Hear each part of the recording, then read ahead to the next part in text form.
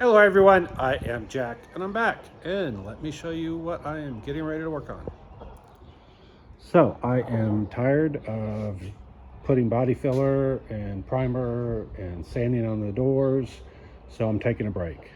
And I'm going back to working on the fender flare for the passenger side front fender. So to review, the top one is the carbon fiber fender flare for the C6. It works on this one with the exception of that front edge right there. It curves in like that on the C6. It does not do that on the C8.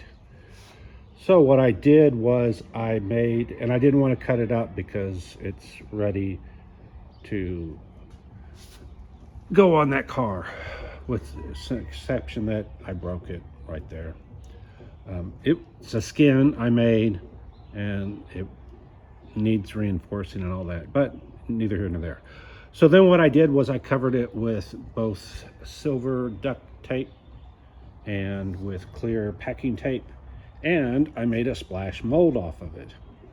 My intent was either to fix up the outside of this splash mold and use it directly, or to use the inside of it as a mold. The advantage of using the inside is it's going to have the same surface finish as that fender with the tape on it. The tape marks aren't going to matter. The tape wasn't all raggedy looking. It's been sitting out in the weather for the last month, so that's why it looks like it does. So after looking at this, I said, you know what? There's a lot of body work to get this thing to look perfect. And it had some issues where I'd accidentally cut through it when I was trimming it. And then I had to, oh, that's what it was. I had to make an adjustment because it stuck out too far from the car when I put it on there. So I sliced it and then overlapped it and then used clamps to hold it together.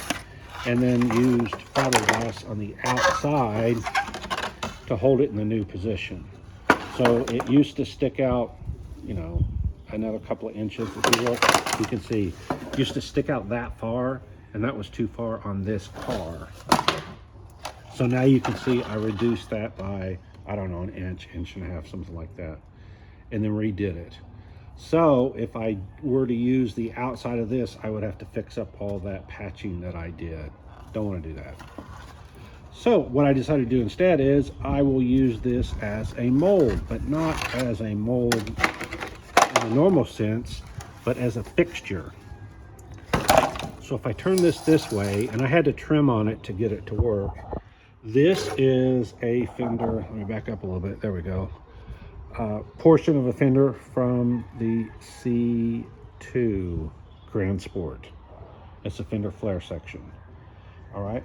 It looks a lot like that fender flare section, but when you put them side by side, they're not the same. If you look, get as close as I can, the curve's different, and this one sticks down an extra, what is that, 6 inches or so. So this one has to be modified to be like this because, again, this one works on the car with the exception of that front edge. So I cut off the front edge since I don't need it. I made sure this is as good and square as I could get it. This thing is heavy because I reinforced it heavily on the back side. You can see I filled in this whole thing. So this weighs a lot. But again, this is all just a prototype. Weight's not a significant concern. So what I need to do is I need to make this one look like that one. So then what I did is said, okay, if that's the case, why don't I use this as a jig, we'll call it. And so then I take this, and I just use the camera work. There we go. All right, so then I put the piece inside of the mold slash jig, and I got to get it rotated the right amount. Hard to do with one hand. There we go. All right, so now you can see it fits in the mold. This extra piece right here is not required. It's just where, when I trimmed it, I went, okay, I'll trim this enough. The good thing is I painted the fender on the outside of this, so this not only will act as a jig on fixing this, it'll act as an alignment jig when I go to put this fender flare on. And what happens is this goes into the C8 front fender section, the factory one. So it fades away and goes into the factory stuff. All right, let's see. So here's the issue. So I've got the curve, it matches up to here, and you can see it goes straight in. I had to add this section initially to make that one, so I knew I was going to have to do this. So I had to add, like I said, 6 inches or so. And if I continue this on, it's going to curve in more, because I tried it and it didn't look right with it curving in. So what I'm going to do is I'm going to cut this where it starts deviating. So if you look about there, it starts deviating. So I'm going to cut this probably at an angle here and then move this down. I got to cut that, trim that so it'll work.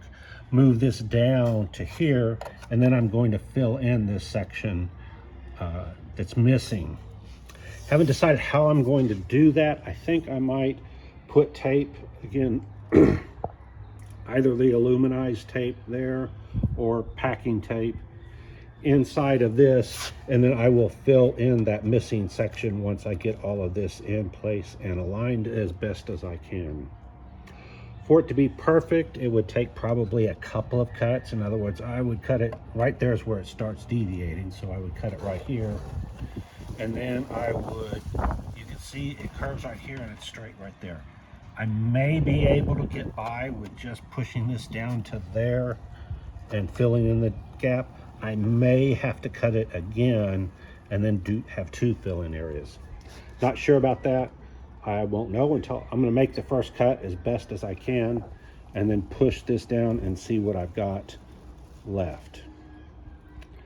And then here is the front part of said fender. Remember how I said it transfers into the C8? Well, if you put this, again, I'm doing it one-handed. If I put this underneath here, it's going to end up like so. All right, and then this, like I said, blends into the existing fender. The other advantages, I do have screws and screw holes, so I know exactly where this mounts. Besides the paint marks, I also have those screw holes. So I have multiple reference points to make sure that all of this ends up like I mocked it. I had it all mocked up, but it was bits and pieces and all of that. And so now I'm trying to get past the mocked up stage and make real parts. So my next thing is I'm going to take my black marker, make a cut. I'm going to take my multi-tool, vibrating multi-tool, make that cut. I'm going to have to cut this little piece right here off. Again, not significant, it's just extra. Move this down and then figure out how I'm going to fill in the gap. All right, that's what I've got. So like, subscribe, hit the alert, hit the thanks if you want to donate, and if you don't like what I'm doing, you don't know Jack. Bye.